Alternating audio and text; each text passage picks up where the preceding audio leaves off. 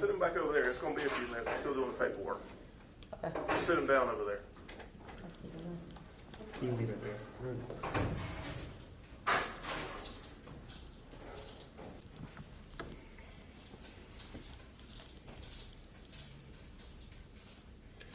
All right, Mr. McDonald, you've been charged with one count of grand larceny valued $10,000 or more, one charge of simple larceny valued $2,000 or less, one charge of possession of controlled substance, and also driving under the influence first offense. As you've been charged, it is you're entitled to certain rights. First, those rights being you do have the right to remain silent throughout the court process.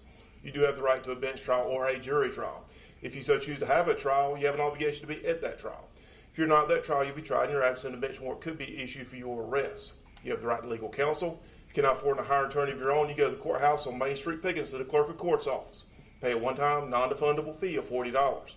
Once you pay that fee, the clerk of court will review your situation. If you qualify, they'll appoint you a public defender to see you through this process.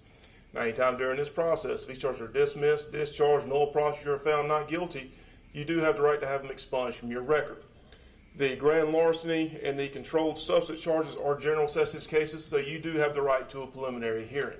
Do you know what a preliminary hearing is? Yes, sir. Okay. Do you need me to explain it to you? No. All right. Everything I've just explained to you is on this sheet of paper right here.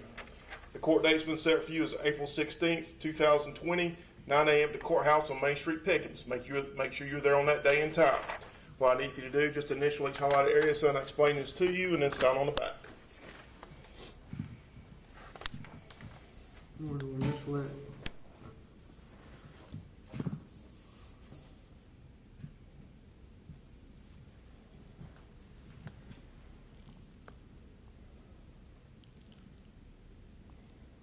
If you'll turn it over and sign on the back.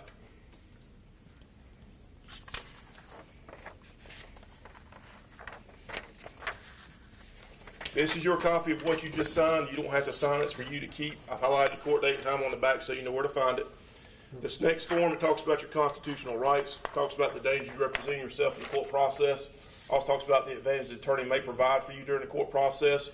They're the exact same form. One is for you, one is for me. If you'll just sign one of those, saying I gave you a copy, you keep the other copy for yourself.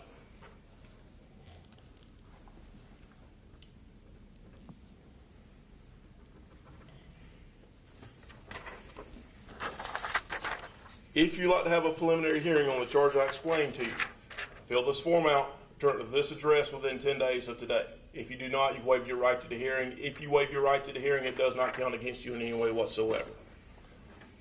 All right, sir. I've given you a $16,992 surety bondsman to get you a bondsman to get you out of here. Do you have any questions? No, sir. All right. Also, condition upon you to have no contact with the victim in this matter once you are released. That'll be the order of court.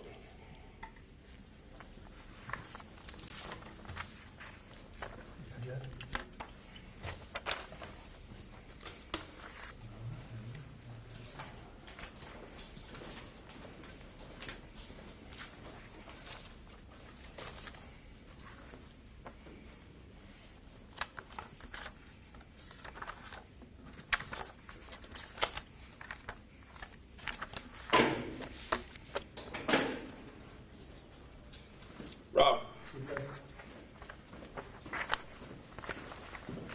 Here's his paperwork. Okay. One of those is victim services. Gotcha. Thanks, sir. All right.